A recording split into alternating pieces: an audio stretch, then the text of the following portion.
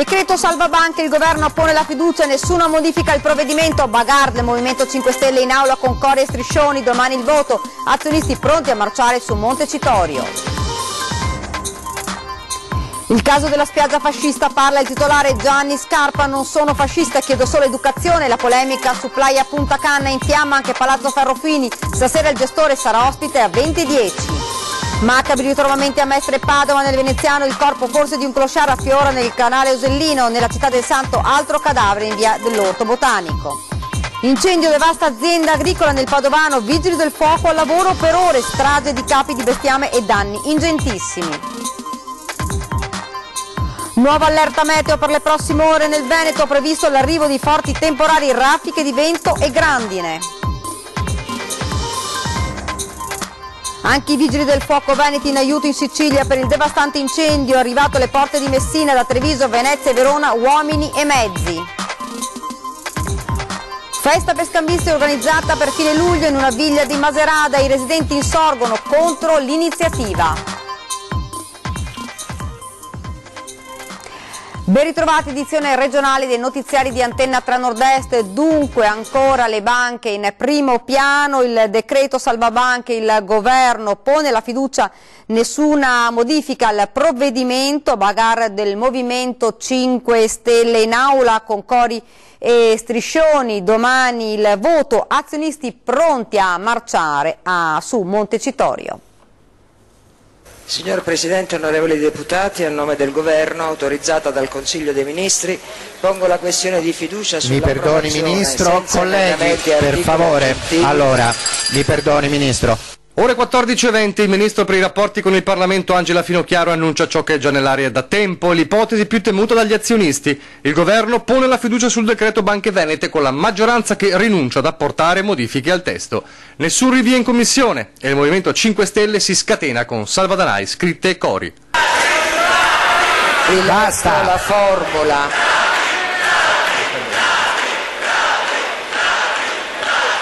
Colleghi, per favore. Non potete permettervi di dare dei ladri in quest'Aula. Basta. La seduta viene sospesa, voto rimandato dopo le conferenze dei capigruppo, voto rimandato a domani. Il dado è tratto, il decreto resta così com'è e la richiesta di modificarlo per ottenere maggiori garanzie sui rimborsi agli azionisti traditi svanisce. Pioggia di critiche sull'esecutivo da più parti. L'eco di Roma arriva in Veneto, dove il governatore Luca Zaia parla di una blindatura ad hoc del decreto, e gli azionisti risparmiatori che in questi giorni hanno dato vita ai blitz di protesta nelle sedi delle filiali si preparano a scendere in massa domani pomeriggio a Montecitorio. Non ci si può aspettare altro, visto e considerato che siamo davanti a cittadini che spesso sono ridotti sul lastrico, che compravano queste azioni con l'ottica di avere in mano un bene rifugio, un investimento sicuro, e si sono ritrovati letteralmente ripuliti. Ma gli attacchi non finiscono qui. Il Codacons ha presentato un esposto alla Commissione europea in cui si chiede di aprire un procedimento contro l'Italia per aver concesso aiuti di Stato vietati a Veneto Banche e Banca Popolare di Vicenza. Scrive il Codacons: gli aiuti di Stato concessi a favore di due istituti bancari che si trovano nell'attuale situazione di dissesto a causa della scellerata e truffaldina gestione dei vertici amministrativi rappresentano una grave violazione della normativa sugli aiuti di Stato. La Commissione avrebbe dovuto valutare non solo le dichiarazioni delle autorità di vigilanza, ma tenere conto anche delle indagini penali in corso.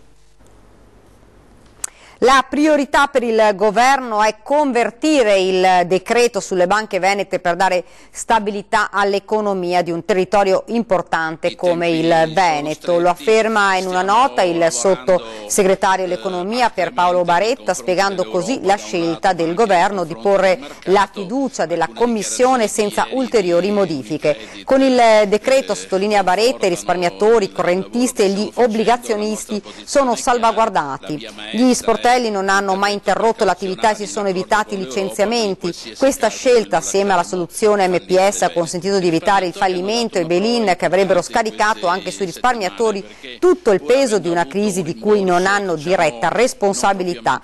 Per questi motivi, anche a fronte dei 600 emendamenti, si è voluto evitare l'evidente tentativo di non far approvare questo intervento di salvataggio delle banche venete, come dimostra l'eloquente comportamento in aula dei deputati del Movimento 5 Stelle al momento della richiesta di fiducia, che è stato preceduto da una settimana di ostruzionismo in Commissione. Non si placano le polemiche sul titolare dello stabilimento balneare Punta Canna Sottomarina. Lui dice: io non sono fascista. Sentiamo. Io non sono né di destra né di sinistra, il fatto lo dimostra che non ho mai votato. Io sarei per l'ordine, la pulizia e la disciplina, e se questo vuol dire per certa gente che io ritengo veramente delle nullità essere fascista, io rispondo a loro che sono orgoglioso di esserlo, ma non penso sia così. Io vado davanti al giudice quando sarà il momento, se sarà il momento di andare a testa alta, male non fare, paura non avere.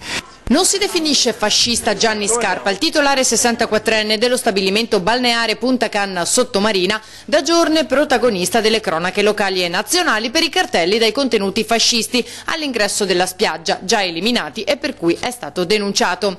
Ciò a cui Scarpa tiene è soprattutto il rispetto delle regole, dice, e l'educazione, che sostiene stanno venendo a mancare sempre di più. Per me Benito Mussolini ha fatto delle cose in Italia che tuttora ci sono, fatte bene, fatte per il popolo, fatte per gli operai, fatte per i pensionati, gli asili, ha fatto le cose che nessun altro al mondo in Italia ha fatto, le ha fatte lui. Poi chiaramente ha fatto uno sbaglio enorme di mandare l'italiano in guerra. Insieme a lui nello stabilimento la moglie, amareggiata per il tantam mediatico che si è venuto a creare. È una spiaggia che di estremo potrei dire solo che c'è la pulizia. La pulizia e il controllo giornalmente che dà mio marito ai nostri clienti. Basta guardarsi intorno e vedere che è tutto pulito. Scarpa, che non è nuovo a polemiche sul generis, vista la presenza di altri cartelli dalle frasi forti, evidenzia poi un'altra questione. Abbiamo dei problemi enormi di invasione, perché noi non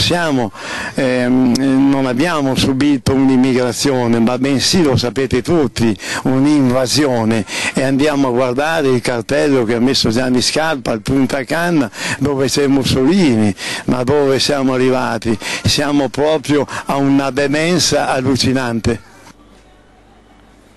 E sull'argomento si è acceso anche il dibattito in Consiglio regionale. Sentiamo. Stiamo vedendo in queste ore l'inutilità di molti parlamentari, soprattutto del Partito Democratico, che invece di occuparsi dei temi veri del Veneto, in particolar modo della crisi delle due banche, nel dare risposte concrete ai risparmiatori, si stanno occupando ovviamente di un gestore che ha messo alle porte del proprio stabilimento due manifesti inneggianti al fascismo. Se il gestore ha sbagliato è giusto che paghi, puntualizza il capogruppo leghista in Consiglio regionale Nicola Finco, ma dei parlamentari eletti in Veneto che perdono tempo con simili quisquili invece di occuparsi dei molti problemi del territorio farebbero bene a dimettersi. Il riferimento è l'interrogazione presentata da un gruppo di deputati capitanati dal veneziano Andrea Martella. Per il PD Veneto invece quanto avvenuto alla spiaggia Punta Canna di Sottomarina è un fatto grave, non solo perché è offensivo per le vittime del fascismo, argomenta il capogruppo Stefano Fracasso, ma anche perché ci fa fare brutta figura di fronte a tutta l'Europa. Proviamo a immaginare quando andiamo in Germania, non lo so, andiamo a visitare Berlino e ci trovassimo in un luogo pubblico che inneggia Hitler, che cosa diremmo dei tedeschi e della Germania? Diremmo che sono dei folli?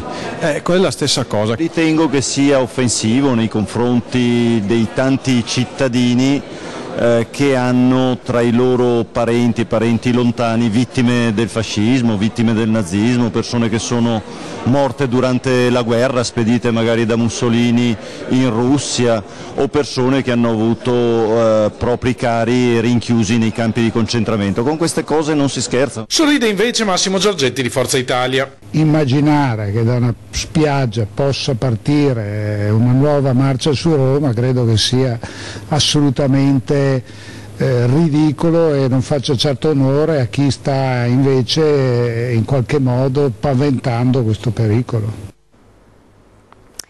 Il corpo di un uomo è stato ritrovato oggi in un canale in via dell'Orto Botanico a Padova, poco lontano dalla Basilica di Sant'Antonio. Si tratta di uno straniero di origine marocchina di 56 anni, irregolare in Italia e senza fissa dimora. Dall'allarme è stato un passante alle 10 che ha notato il cadavere riafforare a pelo dell'acqua. Sul posto i vigili del fuoco e gli agenti del volante. Non si conoscono ancora le cause della morte. L'uomo avrebbe un taglio sul sopracciglio, ma secondo il medico legale che ha effettuato i primi rilievi sul corpo la ferita potrebbe essere compatibile con la caduta.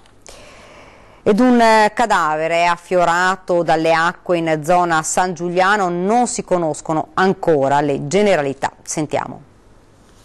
Tragico rinvenimento lunedì verso le 18:30 a Mestre. A lato di via Vespucci, all'altezza della rotonda di San Giuliano, è stato ritrovato in acqua il cadavere di un uomo. L'allarme è scattato alla centrale della polizia quando un cittadino che transitava lungo il canale a bordo di un barchino ha visto il cadavere. Sul posto sono giunti i vigili del fuoco con 2 sommozzatori, oltre alle volanti e la squadra mobile della polizia, la scientifica e una pattuglia dei carabinieri, anche i medici del 118. Il corpo è stato recuperato ma non ancora identificato. Potrebbe essere un clochard. Si tratterebbe di un uomo sui 50-60 anni. Secondo i primi accertamenti, la morte sarebbe avvenuta poco tempo prima del ritrovamento, anche se per ora è soltanto un'ipotesi.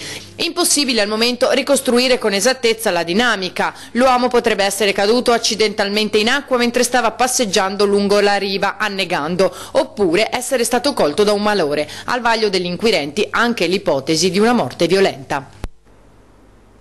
Rimaniamo nel veneziano, non si è trattato di un atto terroristico, così il procuratore di Venezia Cherchi sull'episodio di ieri sera nel sottopasso ferroviario di via Trieste a Mestre, che ha causato il ferimento lieve di un lagunare, in corso accertamenti tecnici e di polizia giudiziaria. Sentiamo. Peraltro dai primi accertamenti, dalle prime indagini che sono state effettuate dalla Digos, pur non escludendo ipotesi di delitti come dire, gravi, possiamo dire che gli elementi raccolti possono far escludere allo Stato un'attività di carattere terroristico. L'allarme è giustificato vista la situazione di allerta globale in cui si versa e però, pur se l'episodio di lunedì sera nel sottopasso ferroviario di via Trieste a Mestre viene analizzato con attenzione, non banalizzato, il capo della Procura di Venezia Bruno Cherchi tranquillizza l'opinione pubblica. Non c'è alcun significativo elemento riconducibile a un'azione terroristica nell'incidente che ha coinvolto un lagunare in servizio di pattugliamento nell'ambito del progetto Strade Sicure. Il militare è rimasto lievemente uzionato a un braccio che è stato investito dall'ammoniaca contenuta in una bottiglia rinvenuta all'interno di una scatola di cartone abbandonato nel sottopasso.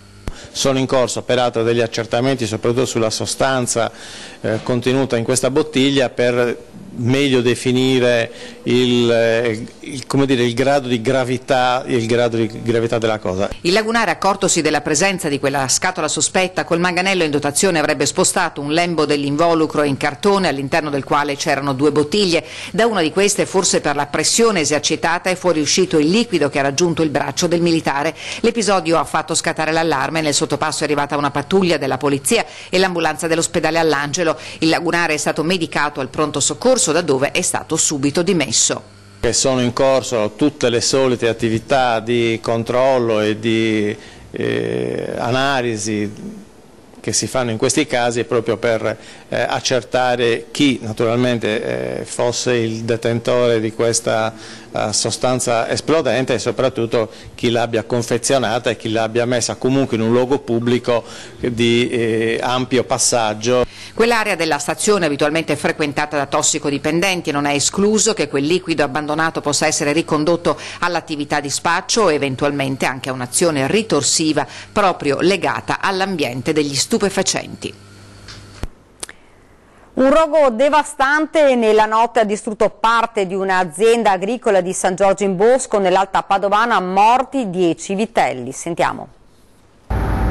Le fiamme si sono propagate con una velocità inaudita, divorando tutto in pochi minuti. Le lingue di fuoco si sono levate alte nella notte. Ecco quel che resta della storica villa Bolzanella a San Giorgio in Bosco. L'incendio è divampato nell'area di stoccaggio del fieno. Il fumo intenso ha avvolto la stalla dove si trovavano i vitelli, 10 gli animali morti, anche se il bilancio purtroppo potrebbe salire, visto che alcuni bovini sono rimasti intossicati e il loro recupero potrebbe essere difficile. È stata mia madre a dare l'allarme. Verso le 3 di notte si è svegliata e ci ha subito allertati, ci racconta Pietro Imperiani, titolare dell'azienda agricola che produce latte e formaggi. È molto scosso, preferisce non farsi riprendere, ha trascorso l'intera nottata con gli operai e i vigili del fuoco che continuano a lavorare in queste ore per mettere in sicurezza l'area che nel frattempo è stata sequestrata. L'intervento dei pompieri è stato immediato, dice ancora il proprietario. L'allarme dato dall'anziana ha consentito di mettere in salvo tutta la famiglia, compresi i dipendenti della fattoria che abitano a pochi metri da dove è divampato l'incendio. I danni sono ingenti, distrutto il deposito dei mezzi e l'area di stoccaggio dove erano stipate quasi 900 rotoballe di fieno e il reparto alimentare dove si produce il cibo per gli animali, ma non ci sono stati feriti. Sul posto sono intervenuti le squadre dei vigili del fuoco di Padova, Cittadella e Santa Giustina in Colle e anche i carabinieri che insieme ai pompieri ora stanno cercando di ricostruire le cause del rogo. Ogni pista è al vaglio degli inquirenti, non si esclude nulla, nemmeno la possibilità che a provocare l'incendio siano stati i numerosi fulmini che si sono abbattuti in zona durante la notte.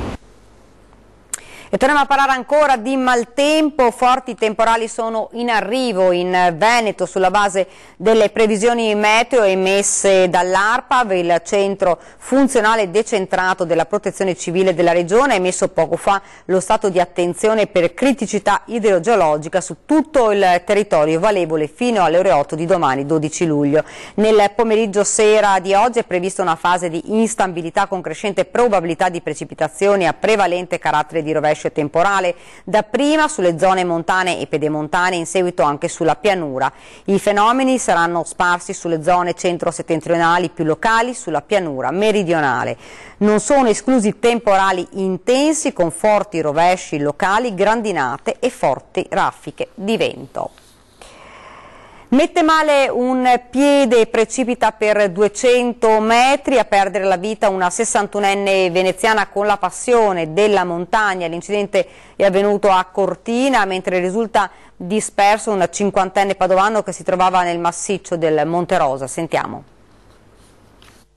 Amava la montagna ed aveva la passione delle escursioni. Chiara Brigo, 61 anni, veneziana, per questo motivo aveva deciso di lavorare nel rifugio La Gazzuoi. Dipendente da anni, passava la maggior parte dei mesi sulle montagne ed è proprio durante un'escursione che la donna ha perso la vita. Il tragico incidente è avvenuto ieri sera poco dopo le 19 a Cortina. Stava effettuando un'escursione lungo la Cengia Martini, un percorso che dal Falzarego verso il La Gazzuoi, un percorso classificato per esperti ed abbastanza difficile. Si trovava assieme ad altre persone. Secondo le testimonianze la 61enne avrebbe perso l'equilibrio cadendo nel vuoto, un volo di 200 metri che non le avrebbe lasciato scampo. Dalle prime informazioni Chiara avrebbe messo male un piede e sarebbe caduto giù senza possibilità di potersi reggere da qualche parte per evitare il precipizio, mentre risulta disperso un padovano di 50 anni. Si tratta di Gianfranco Toso. L'uomo si trovava sul Monte Rosa, era partito venerdì con un altro scalatore del rifugio delle guide di AIAS. Ad un certo punto i due si sono divisi, il 50enne non è più rientrato, l'ipotesi che possa essere precipitato. L'area inoltre è ricca di profondi crepacci e quindi molto insidiosa. Toso è un alpinista esperto iscritto al CAI di Padova.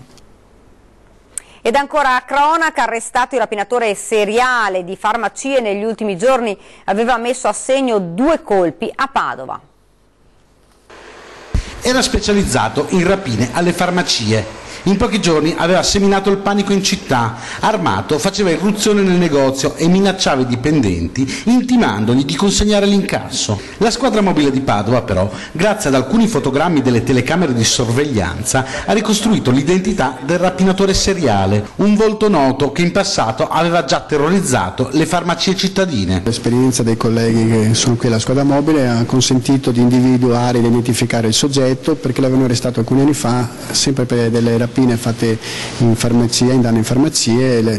All'epoca le avevano attribuito 7 episodi, oggi l'abbiamo individuato quale responsabile di 2 rapine. In manette Davide Brissa, 40enne, padovano pluripregiudicato. Questa volta è accusato della rapina avvenuta alla farmacia di Savonarola in piazza Mazzini il 29 giugno e di quella della parafarmacia San Carlo all'Arcella lo scorso 6 luglio. In entrambi i casi era entrato armato di cacciavite o coltello, il volto semicoperto da una bandana. I poliziotti della squadra mobile lo hanno bloccato in zona Mortise, hanno trovato nel suo zainetto anche le stesse scarpe da ginnastica e la stessa tuta bianca utilizzata per le rapine. All'interno anche un paio di forbici che molto probabilmente voleva utilizzare per un nuovo colpo. Tutto sommato facili, però sono anche rapine su cui c'è una particolare allarme. L'impegno nostro appunto è cercare di dare una risposta nel più breve tempo possibile in modo che la persona, la popolazione possa stare tranquillo che le forze dell'ordine sono dalla loro parte. Ed ora ci spostiamo a Vicenza. Dopo il tentativo di sfondamento di una vetrina in pieno centro storico, i commercianti di Corso Fogazzaro dicono basta. Sentiamo. Siamo in pieno centro storico, siamo in Corso Fogazzaro, una delle vie più importanti della città, una via bella con bellissimi negozi, una bella realtà. Purtroppo però ultimamente stanno succedendo queste cose, non sono l'unica purtroppo ad essere stata presa d'assalto, anche i negozi qui vicino hanno dovuto sopportare quello che ho sopportato io. Ci sta tutto lo sfogo di Margherita Parolin, titolare del negozio di oggettistica per la casa e complementi d'arredo della centralissima via Fogazzaro. L'altra notte una banda di malviventi ha cercato di sfondare la vetrina usando un'auto come ariete. Colpo non riuscito, ma l'amarezza è molta e il senso di insicurezza ancora di più se si pensa che è solo l'ultimo di una lunga serie. Una situazione che sta diventando ingestibile, dichiara il nostro microfono. Vi siete rivolti al Comune voi per chiedere una maggiore intensificazione della sicurezza? Sì, noi abbiamo chiesto al Comune ripetutamente telecamere, più visibilità, più sicurezza, queste cose le abbiamo chieste. E la risposta? Non si sa. Lei dice solo non si sa, ma l'espressione della commerciante è più che mai eloquente. Una via dimenticata da tutti, dall'amministrazione comunale in primis, e a girare il coltello in una piaga sempre più profonda, 3 palazzoni storici abbandonati, un tempo centri vitali del commercio e delle attività, oggi chiusi nel centralissimo Corso. 3 stabili da tempo abbandonati a se stessi che danno l'idea del vuoto e quindi sembra abbandonata la via, però non dipende da noi. Speriamo che in un futuro vengano utilizzati questi 3 stabili e le cose cambino velocemente. Ci sentiamo veramente abbandonati, adesso come adesso è ora di dire basta, perché Vicenza ha bisogno di sicurezza, è una bellissima città, non deve essere la città solo per la mostra, non deve essere la città solo per i politici, deve essere la città per i commercianti, perché è il commercio che dà vita ad un centro storico. Sono partiti anche da Treviso uomini e mezzi dei Vigili del Fuoco per aiutare i colleghi siciliani in queste ore impegnati nello spegnimento di diversi incendi che stanno minacciando Messina. Sentiamo. Abbiamo inviato dei mezzi antincendio in Sicilia per poter fronteggiare l'emergenza che si sta svolgendo lì in Sicilia in questo momento. In queste ore anche uomini e mezzi del comando dei Vigili del Fuoco di Treviso al lavoro a Messina per domare i devastanti roghi che in queste ore stanno bruciando ettari di terreno boschivo. Fiamme che si avvicinano sempre più al centro abitato. Questo ha reso necessaria l'evacuazione di alcune abitazioni, sgombrata anche la cittadella universitaria dell'Annunziata. Intanto stamani in prefettura a Treviso si è affrontato il problema del rischio incendi all'interno delle aziende, con la firma di un protocollo d'intesa tra la stessa prefettura, i Vigili del Fuoco e un'industria. Il protocollo si svilupperà secondo 2 linee di azione, una più di carattere informativo e l'altra invece di carattere più operativo. La fase informativa riguarderà incontri di formazione all'interno delle aziende, mentre quella operativa sarà incentrata sulla gestione delle emergenze. Festini yacht per scambisti in una villa con tanto di parco e piscina accade a Macerata, ma i cittadini sull'iniziativa a luci rosse sono divisi. A casa loro possono fare quello che vogliono, dicono alcuni, altri invece sono più che mai infastiditi. Ci piacerebbe conoscere nuove coppie per passare delle serate facendo del buon sesso con scambio. Un messaggio inequivocabile apparso sui siti dedicati e su Facebook. Una coppia ha deciso di organizzare una festa hot per scambisti in una villa con parco e piscina a Maserada. Il tutto con tanto di tariffario. Le donne sono agevolate, prezzo 20 euro, le coppie invece 65. A dover sborsare ben 120 euro sono gli uomini non accompagnati, ma non possono essere più di 5 e devono essere selezionati. Eh sì, il party con scambio delle coppie è stato pensato nei minimi dettagli. Buon vino a bordo piscina, cibo raffinato, musica e al calar della notte il festino hot può iniziare. L'appuntamento ha fissato il 22 luglio, ma a quanto pare a tutti questa iniziativa non è piaciuta. Alcuni residenti hanno voluto denunciare la cosa rendendola pubblica. Si ponga freno a questo malcostume che getta vergogna e sdegno sul nostro essere uomini e donne. Altri cittadini invece con il sorriso sulle labbra hanno detto: dicono che è tanto tempo che comunque la gente va avanti e indietro per questa villa. No, io sì, non frequento mai in quella zona. Poi aggiunge: a casa sua può fare anche quello che vuole, diciamo. Cosa vuole che penso? Sono sposato, cosa vuole che penso? No, ma uno in casa propria secondo lei comunque... Faccia quello che voglia. Ciao. Se sei maggiorenni sì, se sono minorenni no. Ma lei parteciperebbe a una festa per scambisti? No, proprio no. Ed i partecipanti non mancano, le coppie aperte a nuove esperienze si trovano. Una serata insomma diversa in tutti i sensi, ma soprattutto all'interno delle mura private di casa la gente concorde, sono fatti loro. Ed è uno dei fiori all'occhiello della sanità veneta e ora il reparto di cardiochirurgia di Padova, all'avanguardia a livello mondiale, ha abbattuto in meno di un anno le liste di attesa. Voi sapete che i due obiettivi che ci ripete il nostro Presidente Zaia è quella lista d'attesa zero e bilanci a posto. Siamo venuti e oggi i risultati non li ho visti io, li avete visti tutti. In 6 mesi hanno sostanzialmente azzerato le liste d'attesa, ha aumentato l'attrazione fuori regione. L'anno scorso i tempi d'attesa al reparto di cardiochirurgia dell'azienda ospedaliera di Padova oscillavano tra gli 8 e i 9 mesi, oggi sono appena 30 giorni, un abbattimento delle liste d'attesa reso possibile grazie ad un'opera di riorganizzazione del reparto che include 18 nuovi infermieri, la crescita da 80 a 100 delle ore di lavoro settimanali, una sala operatoria in più a rotazione a settimana, l'aumento da 7 a 12 dei posti letto. Però i trapianti sono 39 a fronte di 1200 pazienti anno che operiamo in cardiochirurgia. I trapianti li facciamo senza tempo d'attesa, le urgenze non hanno tempo d'attesa, gli altri pazienti avevano tempo d'attesa e questo è un problema che volevamo risolvere e abbiamo risolto. La cardiochirurgia di Padova è ai vertici internazionali. Qui nel 1985 avvenne il primo trapianto cardiaco in Italia, da allora è stato un susseguirsi di interventi all'avanguardia a livello mondiale. Il futuro della cardiochirurgia padovana c'è di ricoprire ancora al meglio quel ruolo di centro hub non solamente regionale ma anche nazionale per rispondere soprattutto ai pazienti affetti da insufficienza cardiaca e quindi trapianto cardiaco e sistemi di assistenza meccanica al circolo e per la cardiochirurgia microinvasiva. Ed è tutto per questa edizione del nostro telegiornale, vi lascio le previsioni del tempo, grazie davvero per averci seguito, arrivederci.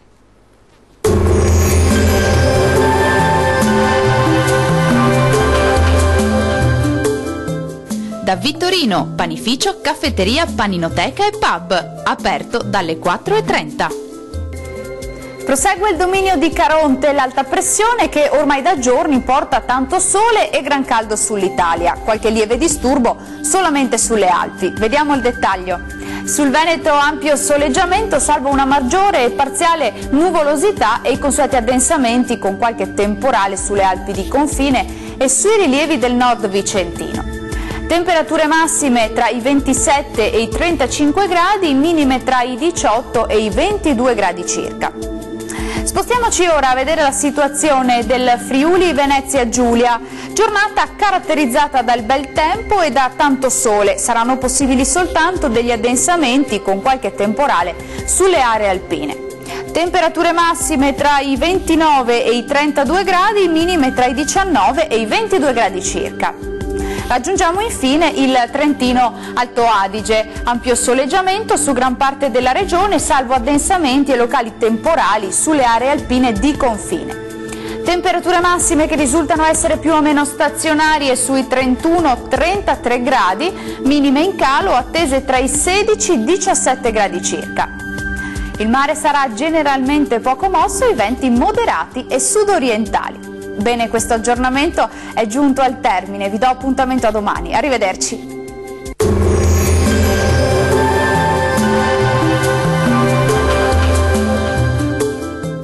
Da Vittorino, panificio, caffetteria, paninoteca e pub, aperto dalle 4:30.